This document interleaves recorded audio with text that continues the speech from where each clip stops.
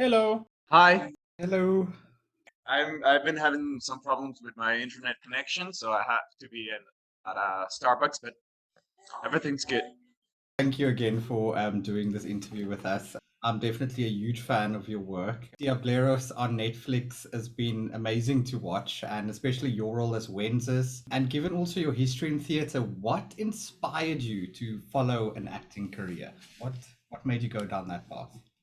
The first time I thought myself as an actor was watching Jim Carrey on Ace Ventura, and I just thought he was having so much fun. I just thought it would be really fun and amazing to be an actor. When I was a little kid, I wanted to be everything, so it was just enough thought. After that, at some point I thought the only way that you can touch many careers and many paths and many lives is to be an actor. So I started acting with my family and very amateur things. But then when I was 13 years old, I was in high school. The theater teacher of my school was also the casting director of a series here in Mexico, of a sitcom. I didn't knew her, but I was in the school's patio in the yard, and she saw me. She approached to me and she told me, "Hey, do you want to make a casting for something?" And I was like, "Yeah, okay, let's go." And that's the first time someone paid me for acting. After that, I just joined the theater club in high school, and I just kept going and kept going and kept going, and here I am. That's actually amazing. So that's how many years now have you been acting? 22 this year. I think what you more well known for down here is as Wences in Diablero. What first drew you to such a role? Honestly, it was. I mean, it was for starters. It was work. It Okay. was. It was because many people think of us as actors like we're all living in mansions and we all have the opportunity to say like, no, I don't want to do this. I want to do this, and it's not like that. Most actors, we don't have the economic level to just not accept every role. For starters, it was that, but pretty early, I was very excited to do that role. The casting was the Wences part, not the demon part. I didn't have any other information. They told me we want to see something strange in this character. The directors don't know what, but we want you to propose. Okay. I proposed a very early version of Wences. Pretty quickly proposed this guy that has, for me, a very low grade of cerebral palsy. And 1 week later, they call me and say, "You're in."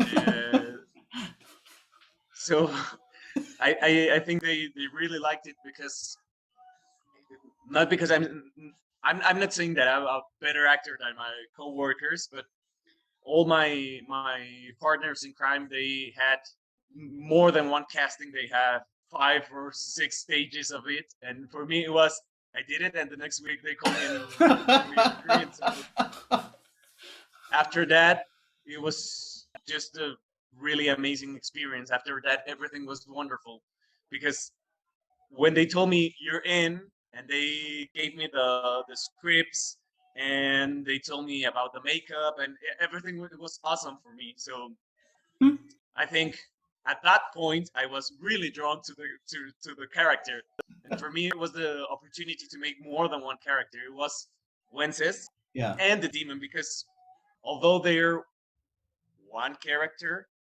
for me there are two different constructions and two different ways of talking, of moving, of walking, and it was amazing. Also, it was an opportunity to make a really complex character in Wences with very dramatic scenes, and on the other side to have makeup and green screen and to be wired and dancing, you know, all around the locations, and it was wonderful. It's amazing how you were able to just distinguish those two characters. They can be on their own as individual characters, and then together as this one person that's actually this duality. You did that so well. It was just really engrossing to watch. Thanks. Like I said, I was amazed, absolutely amazed. And to be interviewing you now is just Thank you. Thank you. the demon character in Diablero is quite a, like, obviously quite a dark character. Were you a fan of horror prior to taking on this role? I studied for a little while in Oxford on England, and probably this never came up. I don't remember, but the thing is, here in Mexico and in Spanish, we call fiction to everything. All genders are fiction, and there is the science fiction gender and horror, and so I just love all fiction. I just love it, and I love doing it. I love watching it. I'm a huge spectator. I go to the theater. I go to the movies. I watch every kind of content. I sincerely don't have a favorite. As an actor, I do like to be involved in very different kinds of project in very different kinds of roles. I just, if I can do that, I'm really happy. And but yes, I have many series and movies of the horror genre that I just love or like a lot. The one thing that stands out apart from the acting of the demon, the makeup. How long did it take you to get into that full makeup? It was 3 hours of makeup every day Every for day. about every day for about a month and a half. Yikes. Okay. Because because when you see it, you could see it, I don't know, a 1 minute scene, and for us it was 2 3 days of work, and each one of those it's me arriving to the location 3 hours before everyone. Well, me and the makeup artists, and also me and the makeup artist going at the very end, because it was like 1 hour of taking off the makeup. Jeez. Oh, That's I can't imagine that, like, early morning, 3 hours just sitting there and someone putting this layers and layers of makeup on. Um, Getting back to what you said earlier, I mean, you've had a career spanning more than 20 years. What has been some of the highlights for you in your career? On TV, Diablero is definitely one of them, because I had so much fun, and it was such a big project, and all my coworkers, they were amazing. Honestly, I mean, every actor says this about every project, but it's not true. Like, we don't get along that well in every project. That's a lie. In this project, it's totally true. But not only all the actors, I mean, all the actors, all the staff, makeup unit, all the units. I mean, every area, we made such a good bond that it was so much fun to do this project. I sincerely think that everyone involved loved this project. That was a highlight in on TV. On theater, I've done a couple of Shakespeare's that they were like really cornerstone in my career, and I've not done like more than 5 movies, but there is one called, in Spanish is Ni tú ni yo, not even you, not even I, something like that. Okay. I made a travesti, and it was so much fun also. One of my first movies, it was like big hit here in Mexico. No one involved thought it was gonna be such a big hit, and it suddenly became one of the biggest grossing films here in Mexico. I did a little character, but it was fun, and it was such a hit here in Mexico that I think that's a highlight of my career. I've had the luck to be involved in many projects that in some way or another I've enjoyed or something, or I had luck, I think. So luck, but also, I mean, you're an incredible actor. Um, just your Thanks, natural thanks. talent. I think that just speaks volumes for itself. Thank you, thank you. Someone was telling me that someone asked Chris Pratt like what was the way to make it in this industry, and his answer was like, "No, don't ask us. We had luck. We had at some point there was luck involved.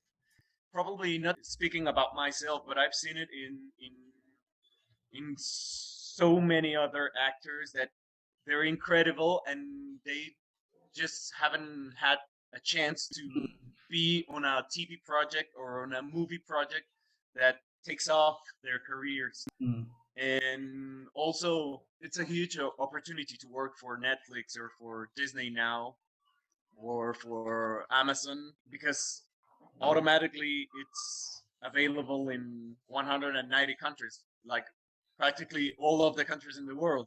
But but I still don't think like I'm a famous person. Like I mean, I have 5,000 followers on my Instagram. For an actor, I have many many friends, actor friends that have 1 million or something like that. For me, it's like I'm not that famous. Are there any new projects that you're working on that you may share with the fans?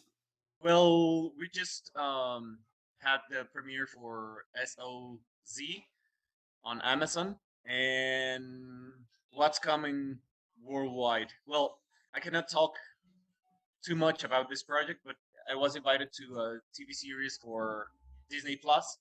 That will come at some point. I really don't know at what point because I was invited for the second season, I think.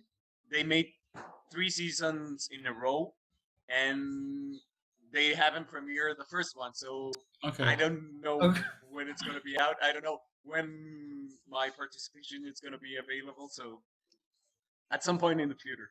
Okay. Okay. Is there going to be a Diablero season 3? I honestly don't know. I doubt it because it has been so long since we made the last season and we haven't had any kind of news. So I sincerely doubt it, but I don't know. Nobody has contacted me to tell me no, this is out or Yeah. yeah, be prepared because we're gonna need you. So I'm sorry, I just don't know. I'm definitely gonna keep my fingers crossed that there's gonna be another one. we could start a movement, bring back Diableros.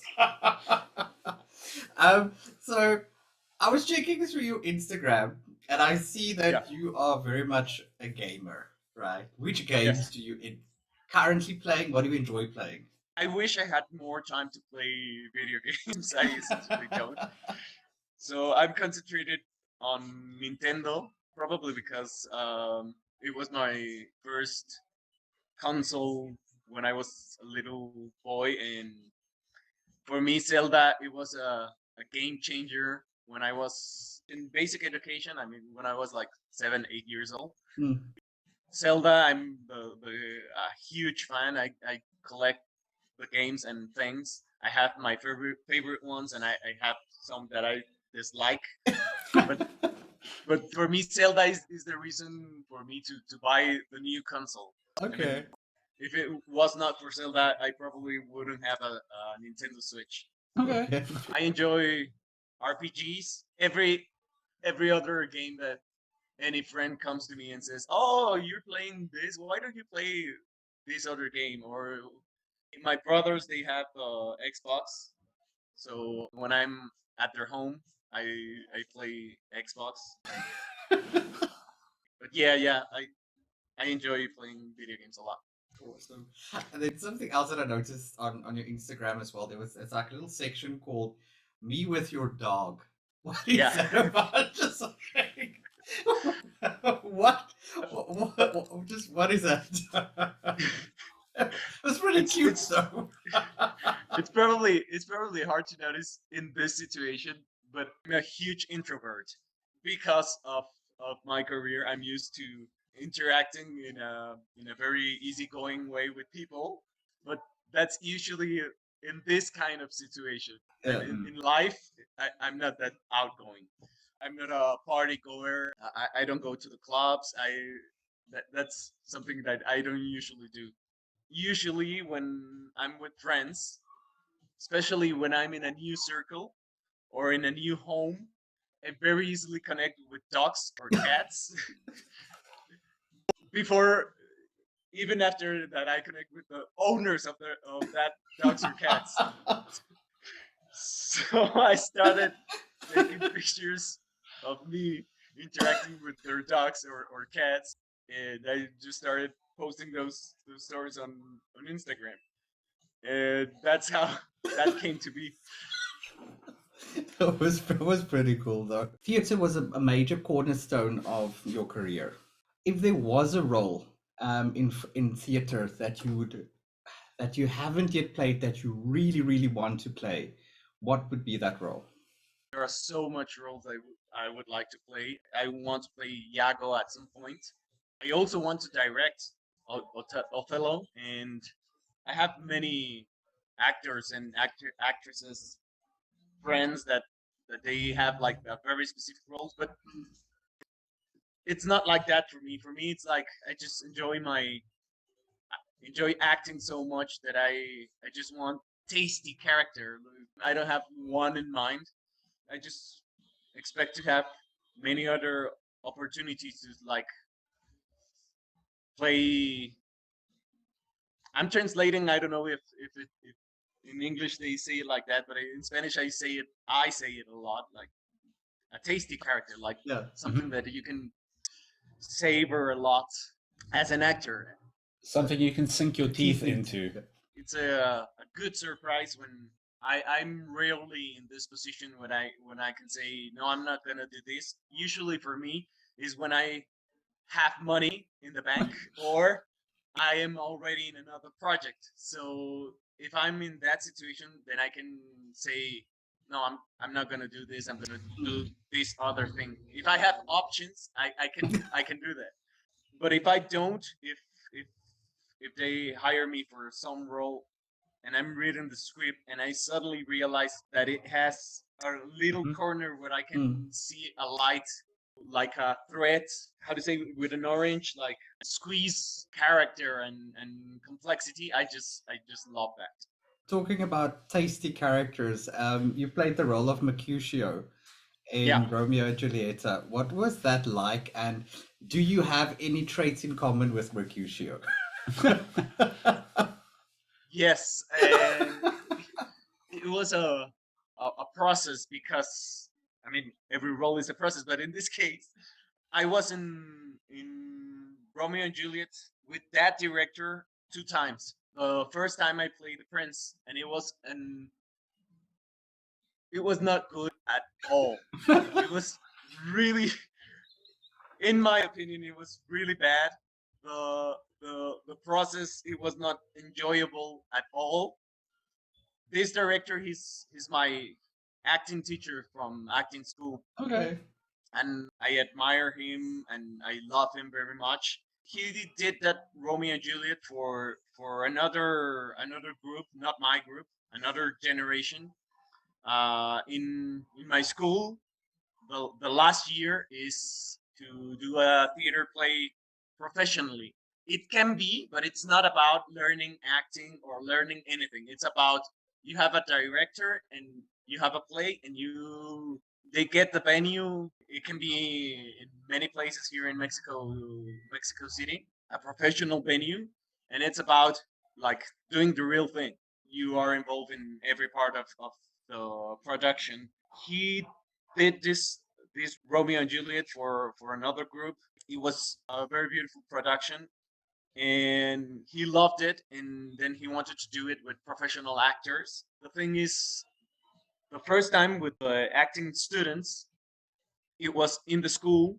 The school is a well, it was at that point a old house in a neighborhood here in Mexico City. We didn't have a theater. We didn't have a venue.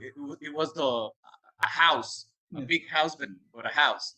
and they made with a magnificent stage designer that is one of my best friends and one of the best stage designers of the world. Honestly, it's not my opinion. I mean, he has prizes of international recognition for that. He made a structure to contain the actors in a very big room in that house. So the interaction between the audience and the actors, it was very direct. You had the actors right in front of you. And when Mauricio, the director, wanted to adapt it to the theater, I think some of the good points of that production were lost, because this time it was in a theater with, I think, like 800 spectators, and in Spanish it's Oh. Italian style. It's the classic theater, like they have the rows in the front, they have the stage. And in adapting what happened at the school to this theater, some of it was lost, and some personal matters, not only of me but of all the actors. It was a really not enjoyable production. But then, like 2 years later or something like that, he wanted to make it again in another theater. That it's a really intimate theater. They made again a new structure, but with this essence of something really close to the audience. And they offered me the role of Mercutio. And this time it was really, really enjoyable. And some of the actors changed. This time Mauricio wanted something that he had in the time that he had this production on school, that it was very young, because I was not that young actor, but I looked like one. And he wanted like very young actors to play the parts of these were like Romeo and Juliet and Mercutio, and the young ones, at least to look like really young people. It was something really important for what he wanted to communicate with this production. And I enjoy it very, very, very much. Me having things I like with Mercutio. For starters, for me it's pretty obvious that in this play every character has a zodiac sign, and Mercutio obviously is Mercury, like Gemini, and I'm a Gemini, so for starters it was that. And in my construction I just started taking all this mischief, all this duality deities or characters in consideration for the construction of this Mercutio. I missed a little this deepness. I think that Mercutio had at some point in his life a very huge and important love that he lost, and that's why he has this clarity and this distance with love. I don't think he's superficial. I think he already has had the experience that Romeo is going through, because he has it now. He can see this experience with distance. And I had to negotiate with Mauricio, with the director, because he wanted like very fresh minds out of these characters. It was very easy for me, like, to go really, really deep with some things, and Mauricio was always like, no, no, no, come back, more fresh, more young, more.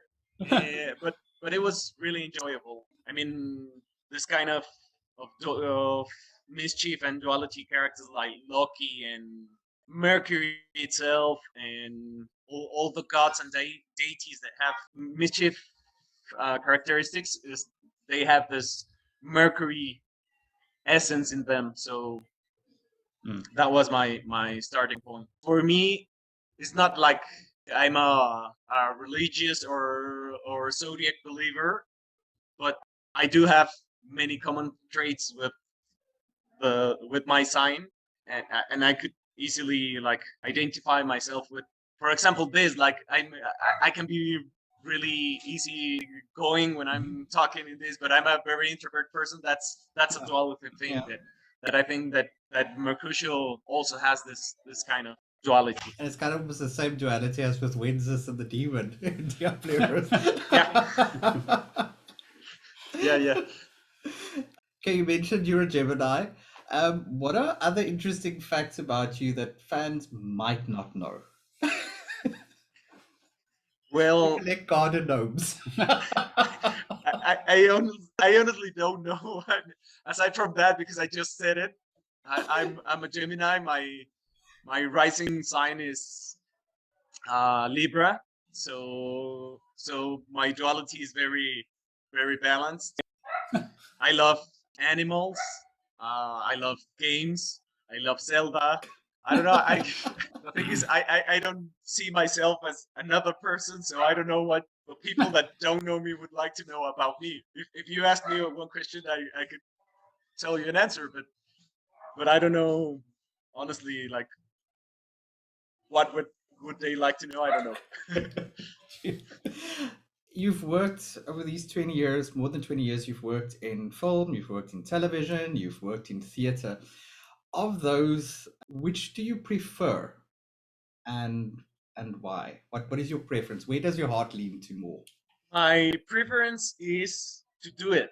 I mean, to have the opportunity to, like, right now I'm the assistant director of an opera in the Palace of the Beauty Arts here in Mexico. I'm also preparing this. My hair is so short is because I'm preparing for a Netflix TV series. They invited me for a short character.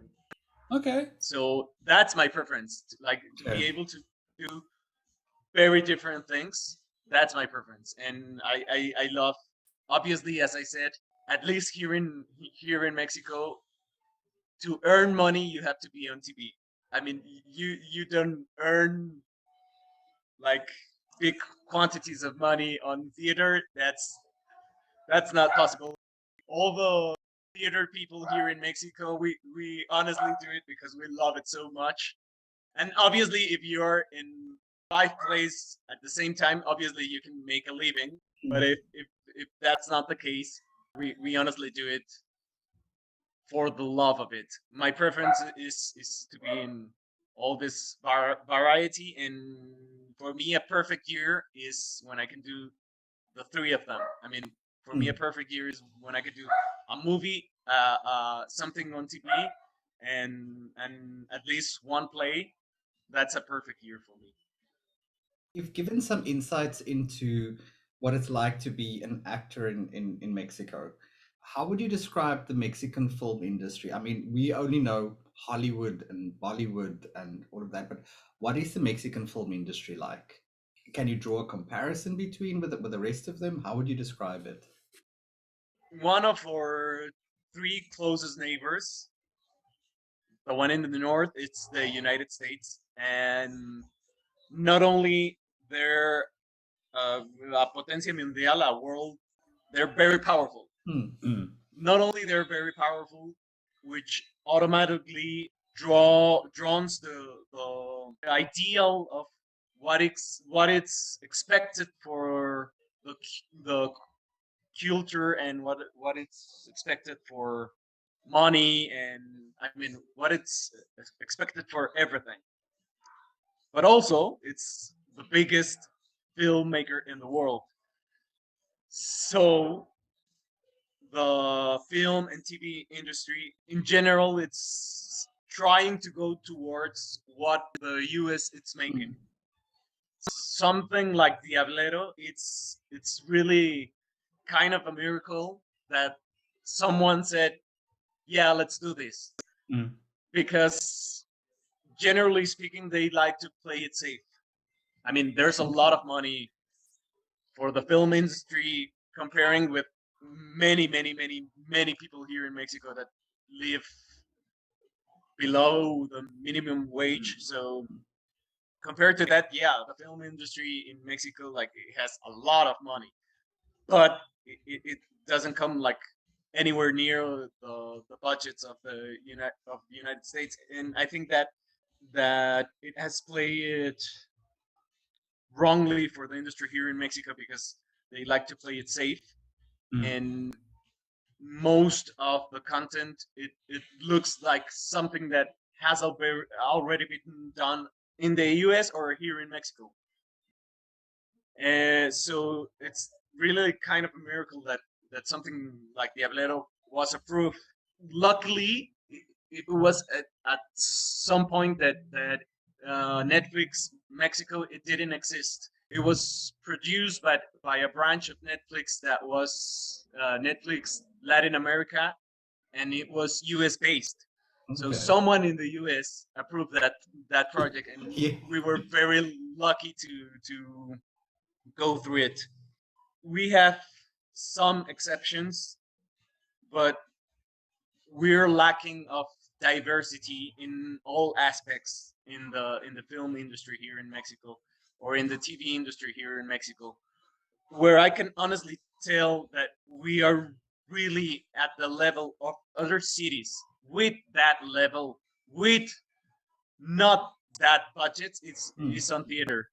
On theater here in Mexico, we have some of the best actors. Honestly, I say it not as an actor, but as a spectator. And I've seen the industry in other parts of the world, but in theater we have some of the best actors in the world, and we have some of the best productions with very low budgets. But we have some of the best stage designers, lighting designers, costume designers. Mexico is always winning prizes in the international scene in these categories. Probably because this what's the word, like an engineer, like engineer mind, like to solve problems and Yeah. to see new solutions. That it's also like something that Mexicans are like associated with. Like we were always coming with solutions like out of nowhere, or with a dollar or something like that. And we are currently fighting for other kinds of content here in Mexico. And I think we had a very big shift because here in Mexico we only had public TV and the classic soap operas. Then came the internet era, and suddenly, even if they pay for it or not, because piracy and all this kinds of stuff, the soap operas were fighting with Breaking Bad and with the best content of the world, and they were fighting. I mean, as an spectator, for in the public TV, you have to be at 8 o'clock to watch this content. In on the internet era, like you can watch what you want at any time you want. So there was a crash in the public TV industry, and we started making more and more content for streaming services here in Mexico, and something started to change. But right now, it's like stuck in the same kind of content. Obviously, I'm speaking in general. There are very very good exceptions, but yeah, I think we lack diversity, and we also lack diversity in the casting of the productions, because to make a comparison, in the US they also fighting for diversity and to include other types of people, of skin colors on screen. But honestly, as far as I know, in terms of population, they're they are minorities, and that's not a bad thing. I think it's a good thing that they are fighting for diversity. There are many years ahead of us. But when you watch Mexican content, probably you would think that here in Mexico it's also like in the US, like the huge majority of the people, they're white, and that's not true. The huge majority of the people here in Mexico, they are mixed race, or they are frankly brown people. Hmm. And you see the content here in Mexico, and that's not what you see here in Mexico. And that's a part of like trying to be always like the United States Yeah. and having those beauty standards, like, and that's a concept Yeah.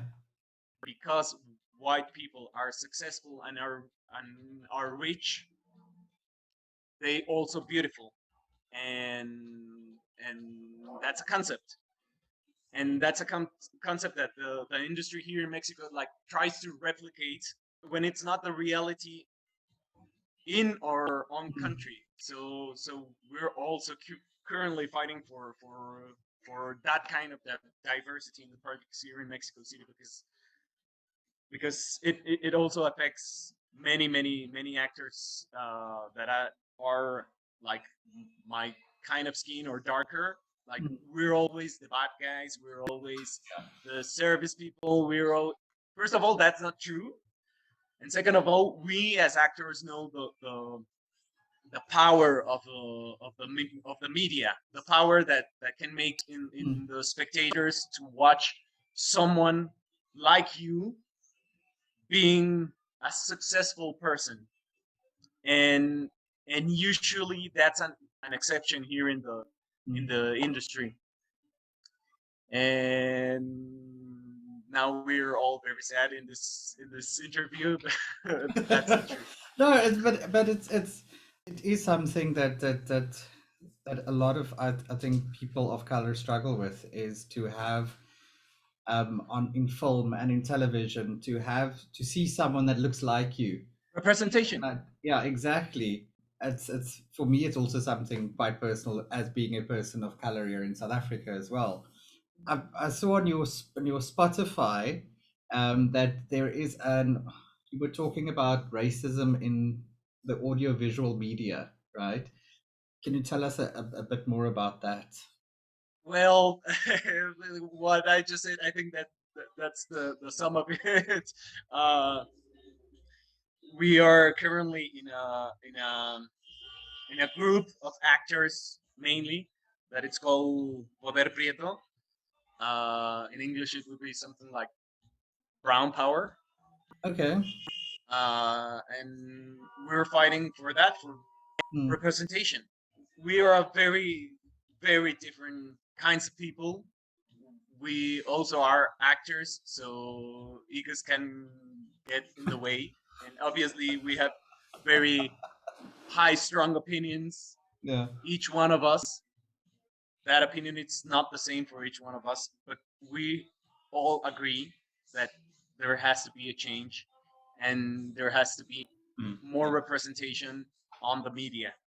yeah. And that's what we're fighting for. And what we're doing in this group is mainly inviting to an individual reflection, an individual moment of deeply thinking why it has to be like that, Yeah. because we had such different backgrounds and such different moments of truth. For me, it was like some months ago, I saw a casting call that they were asking for an intellectual guy, and obviously a white intellectual guy, and up until that point, I never thought of it. But that day, for me, it was like, wait a minute, why white? I mean, why? What is the essence or the particular thing of this character that it has to be white? Because for me, as an actor, as a director, because I also directed, uh, the essence of it is an intellectual guy. Yes. That's it. Yes. I don't care what's the color of his skin. And the worst part of it was that I realized that probably if that casting call, if I had to make that casting, I probably would look for white actors. And for me, it was like, why? Why it has to be like this? And me and my partners, we many actors and actresses.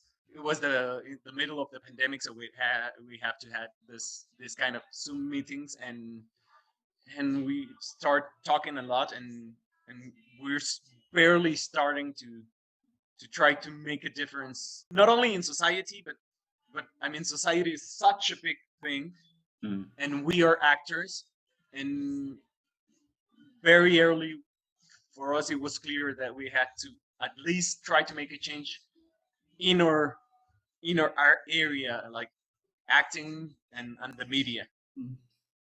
And we are also clear that we are barely starting with this fight. Other countries like the US, have more than 50 years of this fight. They're not done. I mean, the fight is Yeah. very clearly still there. So we have very clear that if we can make a little difference in our own lifetimes, we would like have made so much. Essentially, we're concentrating on that, on representation on the media, calling for attention on certain things. We as a group have social media, and we post content like why all the commercials have to, like TV spots and all those kinds of things. Like, why do they always have to have white people for successful things? Why can we do this? Why can't we do that? Or attracting attention to those beautiful exceptions when it's not like that. For example, like a month ago, something like that, they used a very beautiful model for a skin product, a brown skin model, and we posted on social media like this is a big thing, this is a huge thing, and we're actively trying to promote not only the media part of it, but like the common people part of it. Like, Yeah. yes, you can be brown and you are beautiful. Not because it's awful to say, but generally speaking, here in Mexico, it's like you are more beautiful if you are more white. Yeah. And probably a lot of people haven't had make the conscious of it. But it's a subconscious thing of our society, and we are trying to turn the tables on it. I think that's truly wonderful. I mean, like I know how I respond when I watch something and I see someone that looks like me. It's like it just awakens something in you just to like have that representation. I think also when I watched Diableros for the first time, I was like, "Yay, people like me, brown skinned people." It's like that's what made it appeal to me. Apart from the story, that was it. It was, I mean, I was cheering.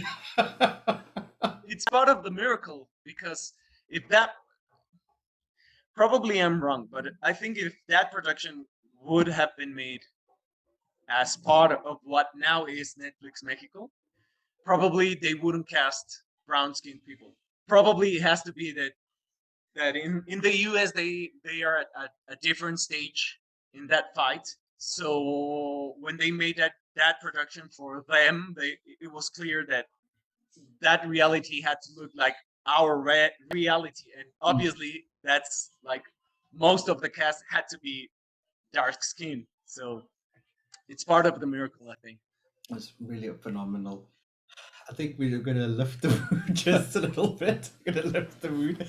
So let's talk about you behind the camera. What do you enjoy doing when you're not, apart from taking pictures with dogs And playing Zelda. and playing Zelda? I really enjoy playing video games on my free times.